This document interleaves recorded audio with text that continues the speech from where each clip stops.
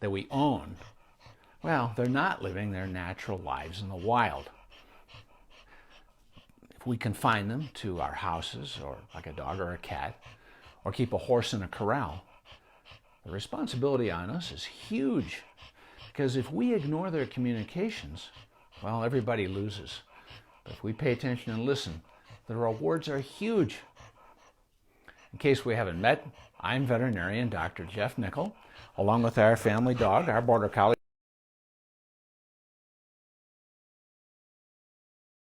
Tony, and Gaston. These little guys are snacking over here on these little indoor hunting feeders. They're little cat food toys for cats. So, I'm glad you're tuning in, and if you can hear me loud and clear, please hit the wow button just so that I know I have this thing hooked up right. And if you find my information I'm providing useful, hit the heart button just so I know I'm doing something valuable.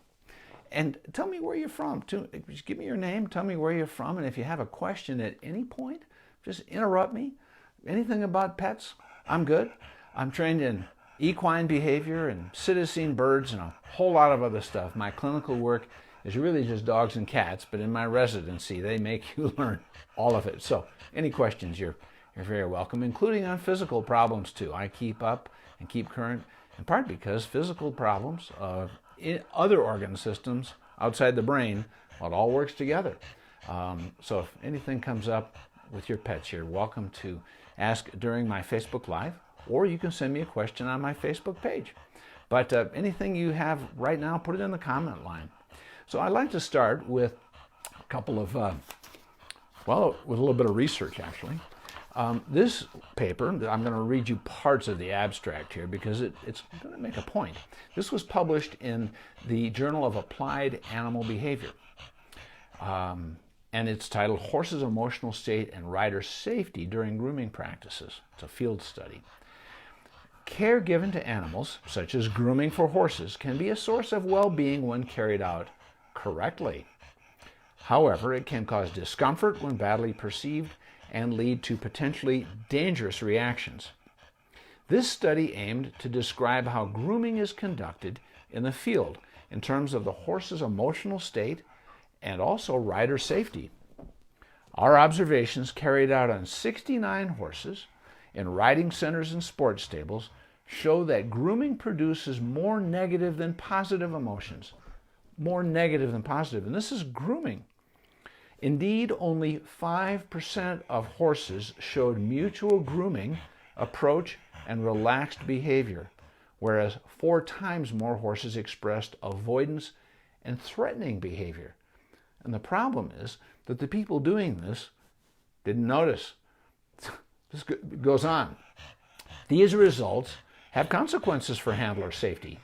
9 incidents, a hoof and 2 teeth passing within 4 inches of a rider's body or head were recorded. 100% of these riders behaved in a risky way at least once, passing behind or under the head of a horse without keeping it in their field of view, or squatting by its feet. On average, riders carried out almost 7 dangerous behaviors per session, sometimes up to 19. Cindy, thank you for showing up. I don't know if you have a horse, but I know you've got a dog, I think, don't you? Anyway, we're going to get to all of this, all right? Because many of these research studies on behavior apply to other species, including ours, and relations between species. And Jonna, thank you for coming as well. Great to see you folks. So, surprisingly, this is one of the conclusions of this study, riders experience no effect on the parameters. Riders' experience had no effect on the parameters recorded. In particular, horse professionals were just as exposed to risky situations that did not protect their backs, and their horses showed similar levels of defensive behaviors as the less experienced riders. And often people say, well, hey, I've been around horses my whole life, or dogs or cats. I know what I'm doing because experience is a great teacher, right? They didn't know anything more than the amateurs. All right, let me read you another one here, just a few little excerpts. This was a study published in the Journal of Veterinary Behavior. I'm a subscriber to this, of course. And this had to do with Shetland ponies that were kept as practice animals for veterinary students carrying out medical procedures. And frankly, this shows, sadly, what little education veterinary schools do on behavior. A few of them have, 5 or 6 of them have behavior programs for interested veterinary students, and of course a handful more than that have residency training programs for specialists. But here's the study in a veterinary school. 5 Shetland ponies were presented for behavioral evaluation and rehabilitation of specific healthcare aversions. In other words, these ponies actually in this study started out having no trouble at all having their hooves picked up, having blood samples drawn, having their eyes examined and treated. I mean, real basic stuff. They had no trouble at all at the beginning, and that's why they were chosen to participate as subjects for teaching of students. And in this study, these 5 ended up hating it and showing aversion and avoidance. So what happened, and can we get it back? And that was the essence of this one. Their history included the use as subjects in an equine surgery course for veterinary students, during which each pony had developed specific aversion to one or more handling or healthcare procedures, for which they had been compliant before use in the course. Rehabilitation of these 5 ponies, with a total of 31 mild to significant aversions, proceeded efficiently because they were given behavior modification. Very simple. I'll show you a picture in a minute. It's actually pretty cool. By the 8th of 4 out of the 5 ponies, by the 8th daily session, reached significant improvement, and the remaining pony by the 9th. So this is just 8 to 9 days, and all 5 of the ponies in this study did just fine. So this was reversible, and the problem was, of course, that these students were not taught how to pay attention. Okay, there's this assumption made, and it's incorrect and potentially dangerous, and it diminishes the well-being and the quality of life of the horses. And oh, Cindy, thank you for coming. I hope you find this helpful. So, the ability to efficiently complete the procedure as comfortably as possible and to avoid the cycle of negatively reinforced escape and avoidance behaviors is important to continued compliance. In other words, I don't care what the species, dogs, cats, horses, or anybody, or people in your life, if they're treated well, they'll continue working with you. And if they feel resentful or fearful, well, you've lost a relationship, and that's what happened with these ponies. So, relapse is less likely if generous positive reinforcement is continued. Offering a small pan of grain as a distraction and a reinforcement during clipping, eye treatment, or limb lifting is a simple and practical aid for maintaining compliance. So I'll show you a picture here in a second, but it illustrates how teaching a pony to nuzzle the clipper, they get fearful of the buzzing of an electric clipper that may be used to clip a wound or a vein. I mean, this is part of what horses need to have. This is what veterinary students need to learn. I mean, these are just basic procedures. But the animals that they're treating try to escape and avoid, and they can become defensive aggressive. And you've got an animal that weighs, half a ton. You've got a big problem potentially on your hands. So the handler says good as the muzzle of the horse touches the clipper and then immediately offers grain. So let me just show you this picture. So you can see on what I think is the left side for you, this is a mirror image. What they've done is had the horse touch his nose to the clipper, and then they immediately reinforce. And they use a verbal marker. In this case, they said yes, and then the horse got the food. Sort of like clicker training, where you mark the behavior immediately with a click, or you can use a word like yes, and then they get the food reward. And just about any species has been trained that way. So, here's one that's really fun. This is about border collies, like Miss America here. And this is one that, it's a dog named Whiskey. This is what she looks like with all of her toys. And I'll tell you what, if you've ever seen a dog smile, that's one happy pupster. All right, so this is a border collie from Norway who learned the names and categories for her many, many toys just by playing a game with her people. And we tend to use the term owners because if you ever go through a divorce, you find out that the court regards dogs and cats, whatever, as chattel. It might as well be a car or a piece of furniture. And they put a monetary value on them. Most of us nowadays use the term pets, okay, instead of animals. And instead of pet owner, we say pet parent, because that's how most of us feel. So Jana, 2 horses. In the beginning, I got bucked off one, and the other one tried to kiss her on the head, and I got knocked hard by her in my nose. It didn't just trust me yet. I learned my lesson. There you go. So experience can be a pretty good teacher, can't it? And you know the trick with most any pet is to go slow. And you know, my 2 cats, Tony and Gaston, they are working food loose from these little indoor hunting feeders, these cat food toys that look like mice, and I put dry food in them. And so every time I sit down to do a Facebook Live, you know, bang, they're up here. And Miss America just camps out just because she can be here with me. So anyway, let me tell you a little bit about this dog. Dog's name is Whiskey. She's a border collie who lives with her people and almost 100 toys. And, you know, there she is with all of her toys. Whiskey's toys have names. Most are dog appropriate, like colorful rope or the small frisbee. However, her owner, and again, these people live in Norway, so they have different names than we have, Helge O. Svella said that since the research was done, her toys have grown in number from 59 to 91. And he has had to give some of the toys people names like Daisy or Wenger. And I guess Wenger is a Nordic name, you know. Anyway, Norwegian. That's for the plushy toys that resemble animals like ducks or elephants, because the names duck and elephant were already taken.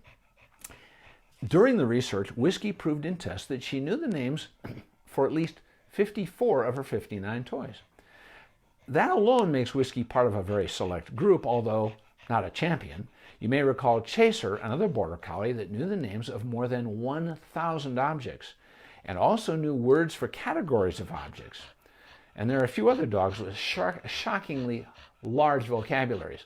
And Miss America here, you know, we haven't named, she's not really a toy player, but I can take her out in our yard and I can say, find Tony, and she, wherever he is, even if he's not out there, she doesn't come back with him. But if he is there, she runs up and touches him with her nose. Or find Gaston, and she goes find him. Or each of our sons, or my wife can send her to find me. And she's known our names for years. And we started that when she was just a baby. So Whiskey's achievements are even more surprising because she did not undergo the kind of intensive training received by Chaser, this other border collie, and by other animals like baboons, who have shown an ability to group objects into categories. And by the way, if you have not seen this video of Chaser, the border collie, running around and grabbing her toys and bringing them to her person, I'm going to put the YouTube link for that video on my Facebook page a few minutes after we finish this Facebook Live, and you can watch the video. And it's fascinating, and of course it's great fun too. So Whiskey learned the names of the objects in her cornucopia of fun by playing a game with her people in which she would go fetch the toy they named. And they played a lot. She had learned that naturally, in a way, that is actually a little bit similar to what happens to human children. The researcher Dr. Fugaza said, Monique Udell, who studies dog behavior and cognition at Oregon State University and was not involved in this study, said that it's hard to draw general conclusions from just one dog, but she said this study is an important reminder that animals are often learning from us even outside of formal training. Because Whiskey didn't have formal training. She just played with her owner and learned, 59 names of these different toys. So dog owners might remember that our animals may be learning more from us than we think. Has anybody here ever had a dog like that can do that? I mean, it doesn't have to be a border collie. They're considered smart dogs, of course, which is, I didn't want my training job with Miss America to be difficult, so that's why I got a border collie. And the dog we had before her was a border collie. So anyway, I mean, are dogs fun or what? So, a takeaway from these things is that starting their education early really matters. They've learned it with children, for example. The earlier they start going to school, the better. And in homes where babies, infants, like neonatal infants, if their parents and other family members are talking with them a lot right from the very beginning, these kids end up doing much better in school. And because they're focused on learning and becoming productive, they're more likely to be better citizens, less prone to crime, that kind of stuff. And we find the same with dogs. When people take their puppies to puppy obedience class starting early, like 10 weeks, 12 weeks, they are much more prone to finish the class and learn better. Now, training obedience skills and diagnosis and treatment of behavior disorders, they're not the same thing at all. But when we have a dog who learns early to watch its person, to earn resources, which is how they're naturally programmed to function with their leader in a free living canine social group, those dogs are much less prone to behavior disorders. And if they do develop that kind of stuff, we find that they catch on to behavior modification much faster. So early learning matters, and that's been established in horses and in dogs and in children. Cats can learn a lot too, but we don't have obedience classes for them. And just a side note on obedience class for puppies is that many people, in fact, many general practicing veterinarians are not aware that, that they can safely attend class when they're really young. Because we complete a puppy vaccination series, usually a series of 3, sometimes 4 in the series, 4 vaccinations, by age 14 to 16 weeks. And many people believe, and many general practicing veterinarians believe, that they should not be exposed to other puppies or dogs until they have finished their series. Here's the problem with that, is that there is a window of socialization where they can learn life lessons, literally last them a lifetime, of getting along well with other pets and with other people if they have that kind of enjoyable interactions and play and early learning in a puppy class starting at around 8 or 10 weeks. Because that window of socialization during brain development, well, it closes at about 12 weeks. And yeah, you can habituate a dog to people that frighten it later, but it's so much easier if they learn at the proper time when their brain is really receptive and ready. And that window of time, well, it closes at about 12 weeks. And after that, that ship has sailed. And so waiting until the puppy is 16 or even 14 weeks to start the puppy class, you don't get anywhere near the good result. And in these puppy classes, what they do is if they are certain that every participant is current on their vaccinations. There was a study of some 284 puppies that had participated in puppy socialization class in veterinary clinics, you know, where sick pets sometimes come, in the clinic. And of these 284 puppies, every participant in every class was fully vaccinated. You know how many of them picked up infectious disease? Nobody. So there's no guarantee. But I'll tell you what, there's a very strong likelihood of having behavioral issues if they're not socialized properly when they're young. So early learning really matters. And so what I'm going to suggest is that we pay close attention to our pet's signals and look for avoidance behaviors. Look for a pet that leans away or looks away or might turn its head away and then look at you with what we call a whale eye, where we can see the white crescent moon shape of the white portion of the eye because the pet's a little nervous but doesn't want to take its eyes off the scary monster, which, if we're not careful, could be our pet's own person. We want them to come to us. You know, nobody, no human I know, and no pet I've ever met, including horses, or cattle for that matter, wants anybody to run up and grab them. Many people get a hold of their parrot or their cockatiel or their cockatoo by reaching in the cage and grabbing it. Or they take it to the veterinarian and the doctor or the nurse comes with a big towel and does that. You know, that creates fear and that diminishes quality of life. And the stress that results from those interactions can end up leading to physical disease in other organs because of release of stress hormones, including cortisol. So we want to treat them right, and we want to bring out the best in every species we deal with, including other people. So you want to entice anybody of any species to come to you. Lure them with a piece of food. And when they do, they get reinforced immediately for being brave enough to come. Food's a great thing, but the mistake made by these veterinary students in this paper on those 5 ponies, and the problem with these horse handlers and groomers who weren't reading body signals, they weren't paying attention.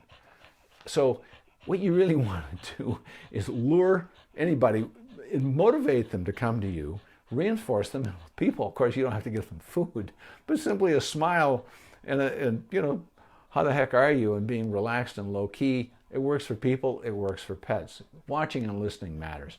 Pay attention to what makes them nervous and bring out the best. And with many pets, including cats and dogs, they don't all work for food. Some of them are motivated by a toy or by play. Miss America here will work for all of it.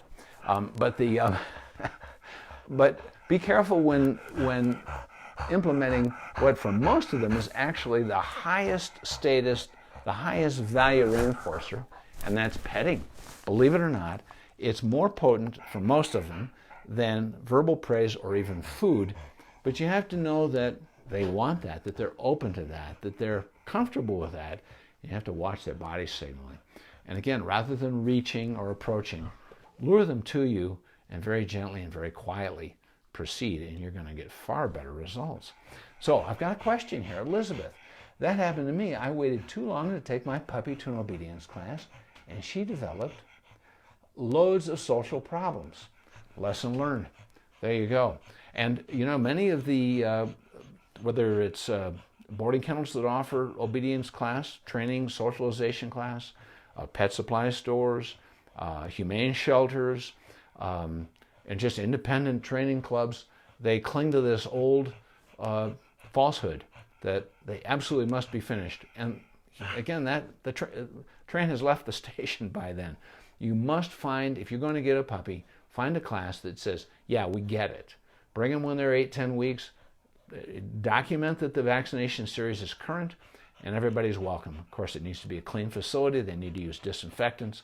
But even a veterinary clinic has been shown to be completely safe. So I hope that's helpful. Anybody have any other questions? Go ahead and put them in the comment line, or put them in the comment line later, and I'll answer them. I'm happy to do that. I write a weekly column in the Albuquerque Journal, question answer, and I get most of my questions with people who put them in Facebook. Some people send them to me in the mail or by email through my website. And by the way, you don't have to go to Facebook to watch these Facebook Lives.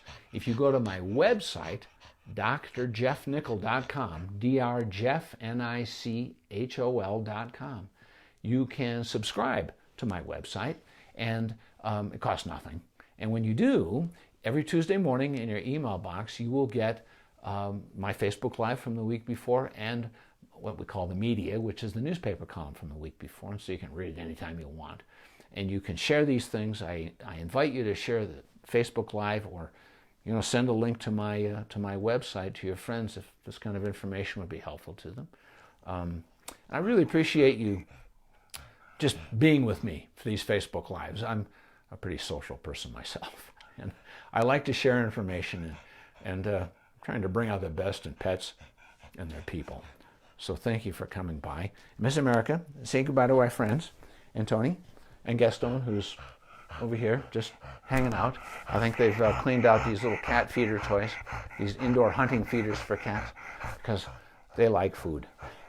So thank you for tuning in, and I'll see you next week. I'm planning another one for 6 o'clock Mountain Time next Friday, and my plan is to talk about cats and how to not get scratched and bitten by a cat who hates being petted. Really? Oh yeah, it's a pretty common problem, and in most cases it's very easy, and I'm giving a little giveaway right now with Tony. So thanks for tuning in. Have a great week and a wonderful weekend. I'm planning to do a little bit of skiing in Santa Fe